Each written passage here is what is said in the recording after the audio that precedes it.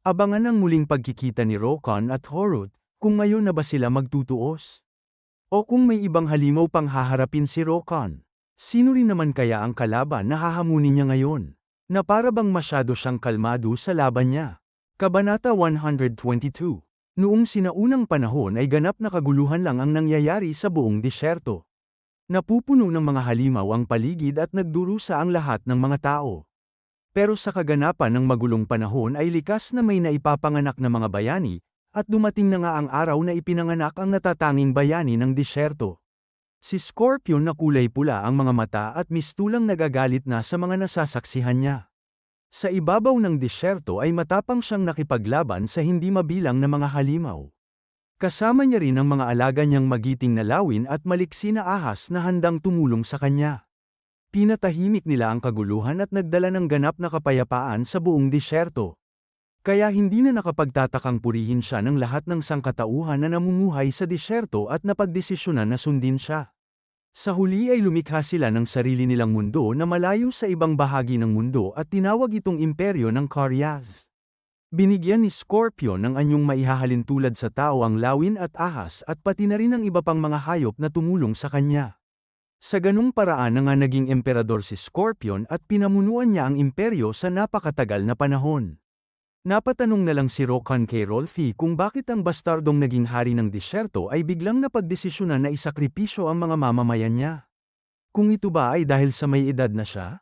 Ang sagot lang ni Rolfi ay narinig na niya raw ang mga epiko ng emperador dati pa, at wala namang pinagbago sa hitsura niya simula nung una niya siyang nakita. Ipinagpatuloy pa ni Rolfi ang kanyang pagpapaliwanag na para panatilihin ng emperador ang kaharian at mundo niya sa napakatagal na panahon ay kinailangan niyang gamitin ang lahat ng kanyang kapangyarihan hanggang nagsimula ng masira ang kanyang katawan na rason kung bakit hindi na rin mabuti ang estado ng kanyang pag-iisip. Parehas din ang sitwasyon kay Horut at Menit kung saan dati ay lumalaban sila para sa mga mamamayan. Kaya nagpapawis na nagtataka na lang si Rolfi at tinanong niya kung ano nga ba ang totoong pagkakakilanlan ni Rokan. Sapagkat kahit na tumulong si Rolfi ay nakaya pa rin ni Rokan na paslangin si Menit at nakapagtataka rin daw ang mahirap paniwalaan na lakas ng teknik na ginamit ni Rokan sa huling sandali ng laban. Tinanong na nga ni Rolfi kung espiya nga ba si Rokan at hinala niyang pinaplano ni Rokan na gamitin ang kaguluhan na kasalukuyang nangyayari para sakupin ang buong imperyo ng Karyas. Kaya parang batang nagwawala na kinagat na niya nga ang ulo ni Rokan para aminin niya raw ang totoo pero tinawag lang siya ni Rokan na baliw na bastardo. Pinulot ni Rokan ang maliit na katawan ni Rolfi at tinanong si Rolfi na kung totoong espiya nga siya ay ililigtas niya ba siya. Sinabi niya rin na isa lamang siyang adventurer na nilalakbay ang buong mundo para magpalakas. Inosenteng tinanong lang ni Rolfi kung bakit niya gustong magpalakas pero walang maisagot si Rokan at nagtaka na lang siya kung bakit niya sinasabi ang ganitong bagay sa isang NPC.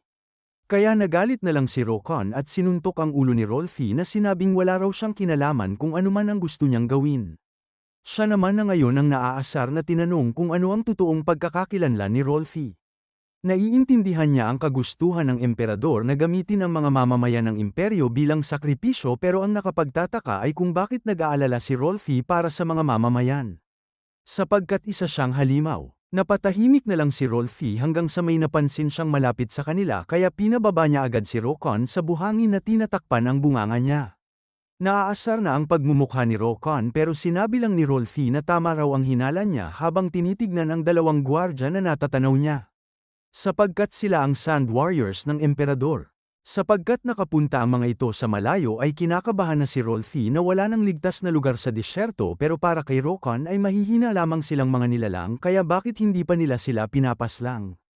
Ipinaliwanag ni Rolfi na sila raw ang mga Sand Warriors na nilikha ng Emperador at kayang-kaya naman nilang dalawa na talunin ang kaharap nilang dalawang Sand Warriors pero ang buong hukbo ay palaging nagbabahagi ng kanilang impormasyon sa isa't isa kaya kung makikipaglaban sila ay mabilis lang na malalaman ang kanilang lokasyon. Kahit na malakas si Rokan ay mahihirapan siyang harapin ang ilang dosenang mga Sand Warriors. Kaya sinabi na ni Rolfi na wala silang magagawa kundi pumunta sa lugar na yon. Sapagkat kung gusto raw ni Rokan na magtago ng mga puno ay kailangan niyang pumunta sa kagubatan at yun na nga ang gagawin nila dahil ang kailangan nilang pagtaguan ay sa loob mismo ng imperyo. Nagtago na nga ang dalawa sa likod ng malaking bato habang pinagmamasdan ang napakaraming gwardya na nakabantay sa labas ng tarangkahan ng imperyo. Tinanong na lang ni Rokon kung paano sila makakapasok sa loob pero inamin ni Rolfi na wala pa raw siyang naiisip na paraan kaya naasar si Rokon na tinitignan si Rolfi dahil siya naman ang nakapag-isip ng planong ito. Kaya sa sobrang galit niya ay lumaki ang ulo ni Rokon at tinanong na pumunta-punta pa sila doon nang wala naman palang plano. Hindi na napigilan ni Rokon na magmura na nagagalit pa rin dahil hindi naman na sila makakabalik pa kaya napaisip na lang siya kung paano sila makakapasok. Tinanong ni Rokon kung anong klase ng mga tao ang madalas na pumupunta sa daan na yon at ang sagot ni Rolfi ay mga mangingisda at mga mangangaso. Pinitik na nga ni Rokon ang mga daliri niya dahil may naisip na siyang paraan at sa likod ng malaking bato ay may magaling na plano na ngang nagaganap. May napansin na nga ang Sand Warrior na nagbabantay sa tarangkahan at inutusan niya ang dalawang papalapit sa kanila na kailangan nilang ibunyag ang kanilang pagkakakilanlan. Inalis na ng lalaki ang kanyang talukbong at sa pamamagitan ng kanyang disguise mustache na gamit ay nagpanggap si Rokon bilang isang mangangaso at bilang parte ng kanyang pagpapanggap ay siya pa ang nagagalit sa utos ng gwardya sa kanya. Pero mas lalo lang na naghinala ang Sand Warrior sa nagagalit ng nagpapanggap na mangangaso at nung huhulihin na sana nila siya ay may babaeng sumigaw na pinapahinto ang kanyang darling. Si Rolfi naman ay nagpanggap na asawa ng mangangaso at pinapagalitan niya si Rokon kung bakit daw siya nagagalit sa inosenteng sundalo.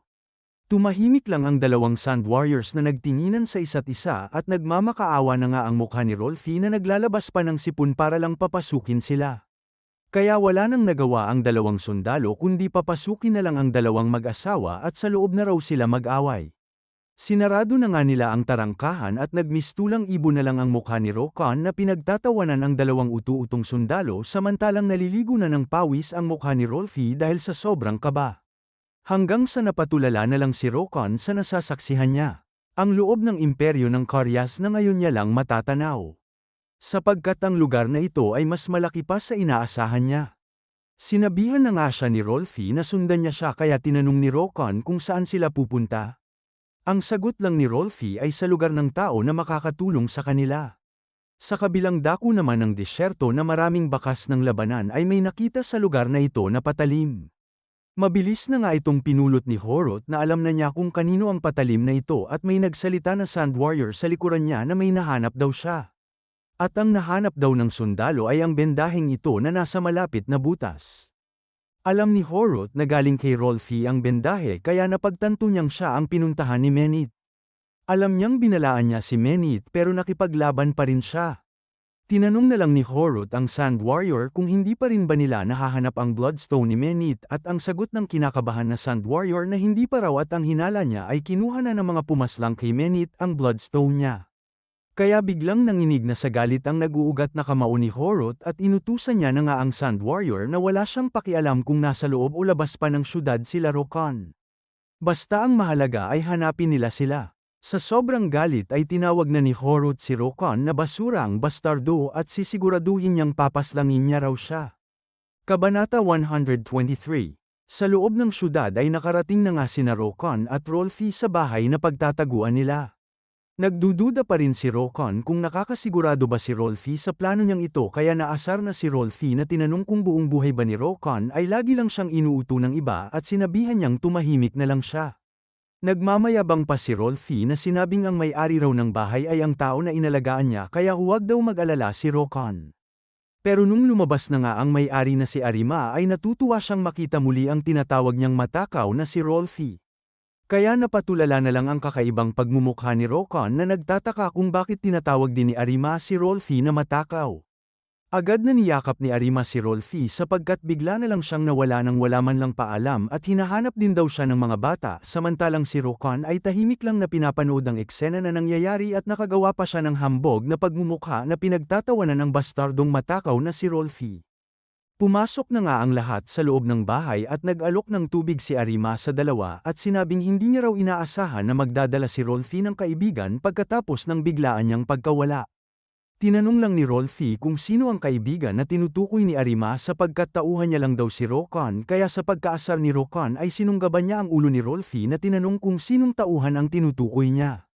Napahalakhak lang si Arima na sinabing kahit sino pa man si Rokon kay Rolfi ay tinatanggap niya pa rin siya at ipinakilala na niya rin nga ang kanyang pangalan kay Rokon.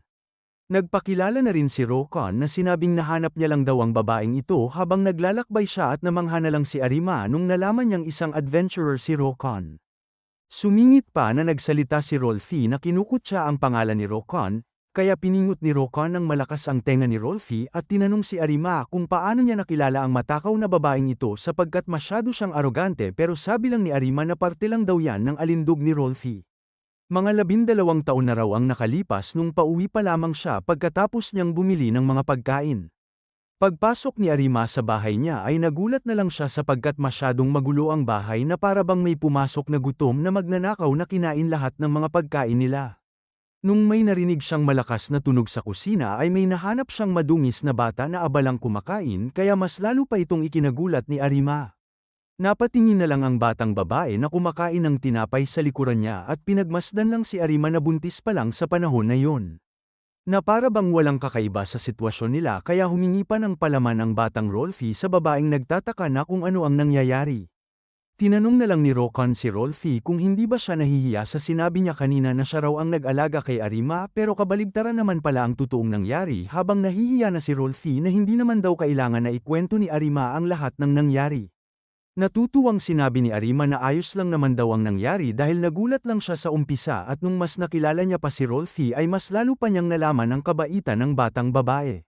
Sapagkat tumutulong naman siya sa mga gawaing bahay at tumulong din siya sa pag-aalaga ng mga bata nung naipanganak na sila. Nung itatanong na sana ni Rokon kay Arima ay inunahan na niya siyang sabihin na alam niyang halimaw si Rolfi. Dahil palagi siyang hinahanap ni Horot na nagagalit at pinagsasabihan na huwag na makipagsalamuha sa mga tao kaya nung unang beses na nangyari yun ay iniisip ni Arima na hindi na niya ulit makikita si Rolfi. Pero nung sumunod na araw ay nagpakita ulit ang batang Rolfi na tinatanong na naman kung may palaman ba siya. Pagkalipas ng isang buwan na paulit-ulit na pagtakas ni Rolfi ay sumuko na si Horot na sunduin na ulit siya. Hanggang sa may naalala si Arima na isang bagay at yun ay ang pagbisita ulit ni Horot na hinahanap si Rolfi at sinabi ni Horot na sabihin daw sa kanya ni Arima kung may makita man siyang kakaibang lalaki sa loob ng nayon. Kaya nag-aalala na tinanong ni Arima kung may masama bang nangyari at nagpapawis lang na sinabi ni Rolfi na wala dapat siyang kailangan na alalahanin. Nakapagdududa ang mukha ni Rolfi na sinabing nagkaroon lang daw sila ng pag-aaway dahil sa hindi pagkakaintindihan at dahil doon ay humihingi na ngayon ng pabor si Rolfi kung pwede raw ba silang pansamantalang magtago sa bahay ni Arima. Mabilis naman na sumang-ayon si Arima at eksakto rin daw sapagkat malapit na raw umuwi ang mga bata. Sa sandaling binanggit ni Arima ang mga bata ay nagulat na lang si Rolfi at nagpakita na nga ang dalawang bata na mistulang nakahanda ng harapin muli si Rolfi. Na para bang nakita muli ni Rolfi ang pinakakinatatakutan niyang bagay. Kakaiba lang ang ngiti ng mga bata na sinabing na-miss daw nila si Rolfi at bilang katuwaan ay umakyat na nga ang bata na may sugat sa mukha sa leeg ni Rolfi at ang isa naman ay nakahawak sa braso niya. Sinabi lang ni Arima kay Rolfi na alagaan niya ang mga bata habang magluluto muna siya pero halatang kailangan na ni Rolfi ng tulong. Pinagtatawanan lang naman siya ni Rokon na sinabing kulang pa raw ang pagdurusa na nararanasan niya. Hanggang sa umakyat na nga rin ang isa sa mga bata sa leeg ni Rokon kaya kinakabahan na rin ngayon ang pagmumukha niya. Nagliwanag ng kulay pula ang mata ng bata na parang isang mapanganib na kalaban at nung napansin niyang ensayado ang katawan ni Rokon ay sinabi niyang madali lang daw siyang makikipaglaro sa kanila ng 500 beses na tago-taguan. Iyon na nga ang naging tadhana ng dalawa at ang sistema na mismo ang nagpahayag na ang kinabukasan ni Rokon ay naubos na ng pag-asa. Sa kabilang dako naman ay binisita na ulit ni Horot ang nagliliwanag na kulay pulang pinto ng kanilang kamahalan. Nagbukas na nga ang pinto at agad na lumuhod si Horot sa harapan ng malaking mata na naglalabas ng makapal na kulay pulang enerhiya. Sinabi lang ng mata na walang saysay ang naging kapalaran ni Menit. Tinanong niya kung nahanap na ba nila si Rolfi at nagpaumanhin lang si Horot sapagkat hindi pa. Pero sinisigurado niyang hahanapin niya ang babaeng yun. Ang utos lang ulit ni Scorpion ay kailangan nila siyang dalhin ng buhay at wala siyang pakialam kung papaslangin nila ang lalaki na kasama ni Rolfi. Sinagot lang siya ni Horot na trinidor siya ni Rolfi at pinaslang niya rin si Menit kaya tinanong na ni Horot ang kanyang kamahalan kung bakit niya pa rin gustong mabuhay si Rolfi. Pero biglang nanginig ang buong paligid na parang may mabigat na aura ang pumatong kay Horot. Mas lalo palang lumapit ang malaking mata kay Horot at sinabihan siyang dumadaldal na siya kaya inutusan na nga ng malaking mata si Horot na nanginginig na umalis na siya sa harapan niya. Nagsara na nga ang malaking pinto at nakatayo lang si Horot sa labas na mistulang may malalim siyang iniisip. Dumating na ang gabi at ang nangyayari naman sa bahay ni Arima ay mahimbing nang natutulog ang dalawang bata na katabi si Rolfi. Samantalang si Rokan ay mag-isa lang na nakaupo sa sala at naguguluhan na ang utak na kinakausap ang sarili niyang may mali raw sa dungeon na ito. Mangangalap daw muli siya ng panibagong impormasyon at magpapahinga na rin kaya gusto na niyang mag-log out. Pero nagulat na lang siya sa nangyari at ilang beses niya paulit na pinindut ang log out na pindutan sa sistema. Bigla na lang na nagpawis ang buong mukha ni Rokan na hindi makapaniwala sa nangyayari sapagkat ayaw siyang payagan ng sistema na mag-log out. Kabanata 124. Pagdating ng kinaumagahan sa bahay ni Arima ay nagising na sina Rolfi at ang dalawang bata na tinatanong pa ni Rolfi kung nakahanda na ba ang almusal nila. Pero laking gulat na lang nang naglalaway na mukha ni Rolfi sa nasasaksihan niyang katawan ni Rokan na parang sumakabilang buhay na ang kaluluwa niya. Kakaiba na ulit ang mukha ni Rokan na parabang nawala na ng saysay ang buhay niya na sinasabi niyang hindi siya makapag-log out at hindi rin gumagana ang runebook niya. Nagtataka na lang si Rolfi kung maayos pa ba ang kalagayan ni Rokan at sinagot lang siya ni Rokan na wala siya dapat ikabahala. Pero ang totoo ay naguguluhan na ang utak ni Rokan na iniisip na may mali sa nangyayari sa kanya ngayon. Sapagkat ibang-iba ang dungeon kumpara sa naaalala niya at malaking problema rin na hindi siya pwedeng mag-log out. Ang runebook niya ay parang nakakandado rin na hindi niya pwedeng gamitin. Hanggang sa napagtanto ni Rokan ang nakakagulat na rason. Tinanong niya na lang sa kanyang isipan na pwedeng nagsususpecha ang larong The Lord sa kanya dahil sa inaabuso niya ang mga naaalala niya sa nakaraang buhay niya. Dahil hanggang ngayon ay madali niya lang na napapalakas ang kanyang kakayahan sa pamamagitan ng mga naaalala niya sa nakaraang buhay niya sapagkat ang mabilis na pagpapalakas niya ay ang kanyang shortcut sa kanyang paghihimagsik. Ginawa pa niya ang lahat ng kanyang makakaya na mag-stream para patunayan sa lahat na hindi siya gumagamit ng kahit na anong hacks. Napamura na lang si Rokan na tinanong kung hindi pa ba sapat ang lahat ng iyon para patunayan na nagagawa niya ang mga tagumpay niya sa pamamagitan ng sarili niyang kakayahan. Kung ang nabagong dungeon at ang lahat ng mga nangyayari sa kanya ngayon ay dahil sa sinusuri ng laro kung totoo nga ang kanyang abilidad ay ngumiti lang si Rokan dahil tinatanggap niya ang hamon na ito. Samantalang ang matakaw na si Rolfi ay kinukuha na ang kanyang ulam na prinitong manok. Pero sinunggaban lang ni Rokan ang braso ni Rolfi at walang problema sa kanya na kainin ang ulam niyang nakatusok pa rin sa tinidor ni Rolfi habang tinatanong sa isipan niya na hindi ba iligal ang ginagawa ng laro sa kanya. Pagkatapos nilang kumain ay nagpaalam na si Rolfi kay Arima na may pupuntahan lang daw silang dalawa ni Rokan. Nagtatakang tinanong naman ni Rokan na sapagkat nakikituloy sila sa kanila Arima ay hindi ba dapat nila sabihin sa kanya? Tinanong lang naman ni Rolfi kung ano naman ang sasabihin nila. At ang sagot ni Rokan ay ang tungkol sa plano ng emperador na isakripisyo ang mga mamamayan niya. Nagtataka rin siya kung bakit hindi pa nila sinasabi ang bagay na ito sa lahat ng mga mamamayan. Pero ang sagot ni Rolfi ay magiging sanhi lang daw yun ng kaguluhan sapagkat wala silang paraan para makatakas sa lugar na ito na nilikha mismo ng emperador. Hanggat hindi binabago ng emperador ang desisyon niya ay ang natatanging paraan lang para pigilan ang plano niya ay ang talunin siya. Kaya tinanong na nga ni Rokan kung ano na ang gagawin nila. At tinanong lang siya pabalik ni Rolfi kung ano pa ba. Para makahuli ng isang tigre ay kailangan nilang puntahan ang lungga ng tigre. Kaya ang kailangan na nilang puntahan ngayon ay sa pyramid. Pagkadating sa tapat ng pyramid ay hindi mapigilan ni Rokan na mamangha sa laki ng pyramid na nasasaksihan niya at ang sinabi lang ni Rolfi ay wala nang duda na ganito ang laki ng pyramid sapagkat ito ang lugar kung saan naninirahan ang emperador at ang mga maharlika. Nagtaka na lang si Rokan nung nabanggit ni Rolfi ang mga maharlika na ipinaliwanag ni Rolfi na ang mga halimaw na may kakayahan na gumamit ng mahika ay tinatrato bilang mga maharlika. Sa lugar na ito na may limitado lamang na mga kayamanan ay ang mga elemental na mahika na basa ng buhay ay masyadong mahalaga para sa kanila. Nagmamayabang pa na sinabi ni Rolfi na hindi naman nakaduda-duda na isa siyang marangal na maharlika pero tinanong lang siya ni Rokan kung ano naman ang silbi ng katayuan niya kung tinutugis naman siya ng mga awtoridad. Nakangisi lang si Rolfi na pinindot ang maliit na bahagi ng pyramid at sinabihan si Rokan na manood lang siya sa gagawin niya. Bigla na ngang may nagpakita na lagusan at ipinagmamayabang niyang sinabi na alam niya lahat ang mga sikretong daan papasok sa pyramid. Inaamin naman ni Rokon na nasurpresa siya sa nalalaman ni Rolfie kaya mas lalo pang nagmayabang ang babaeng mommy na sinabing kailangan lang siyang pagkatiwalaan ni Rokon at simula ngayon ay sundan niya lang siya. Dahil sa sinabi niya ay parang naging tagahanga na ni Rolfie si Rokon kaya kumanta pa si Rokon ng mga papuri kay Rolfie. Hanggang sa may natapakan si Rolfie at napatulala na lang ang dalawa dahil biglang nagbukas ang sahig na kinatatayuan nila. Kaya nahulog na nga ang dalawa at nag-iba na ulit ang pagmumukha ni Rokon na isinigaw na isa raw siyang hangal para maniwala kay Rolfie samantalang naiiyak na rin si Rolfie na pinapatahimik lang si Rokon. Habang patuloy na nahuhulog ang dalawa ay napansin ni Rolfie na may lumilipad na papalapit na sa kanya at sinunggaban na nga ng kuko ni Horot si Rolfie samantalang si Rokon ay hindi niya pa rin sigurado kung ano ang nangyayari.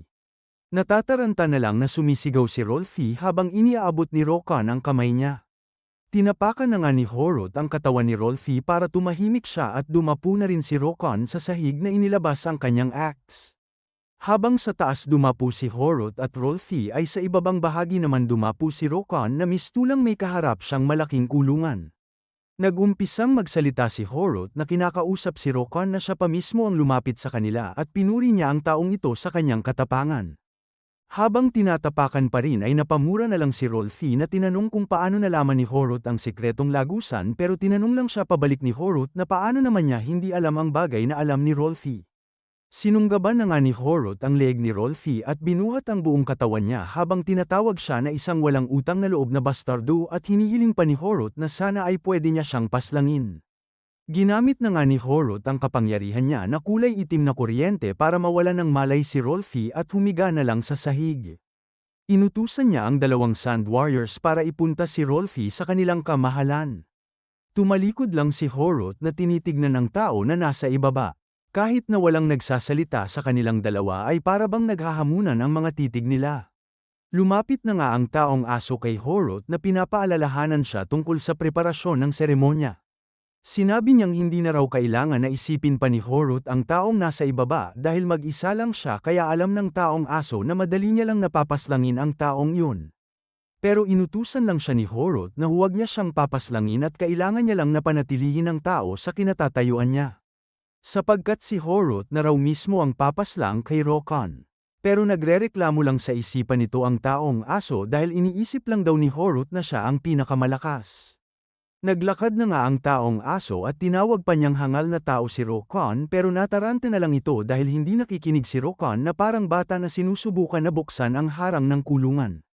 Walang pakialam ang pagmumukha ni Rokon na napatanong na isa lang na alagang aso ang haharapin niya ngayon kaya tinawag niya lang ang kinaroroonan niya na isang kaharian ng mga hayop.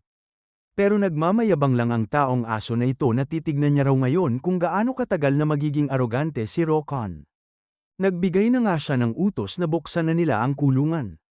Unti-unti na ngang nagbukas ang harang at sa loob ay may lumabas na isang napakalaking leon na mistulang pinag-eksperimentuhan base sa kakaiba nitong dalawang malaki na pangil at meron din itong ahas na mga buntot pero nakatayo lang si Rokon na pinagmamasdan ang mabangis na hayop na ito.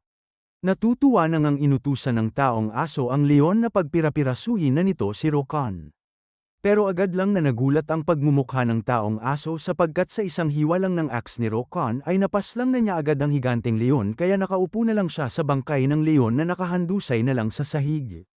Mayabang pa ang pagmumukha ni Rokon na hinamon ng alagang aso na ilabas na niya raw agad ang susunod niyang halimaw. Mga boss, kung nag-e-enjoy kayo sa mga quality na Tagalog recap videos ng channel na ito ay mas enjoyable kapag kayo ay nag-like, subscribe, at share sa mga kakilala nyo dahil ito ay para na rin sa patuloy na pag-upload ng mga quality videos sa channel. Mag-like at follow na rin kayo sa aking Facebook page na kapareho rin ang pangalan na The Comics Reader kapag gusto nyo ng mga recommendations na babasahin at mga quality short videos na papanuurin. Maraming salamat!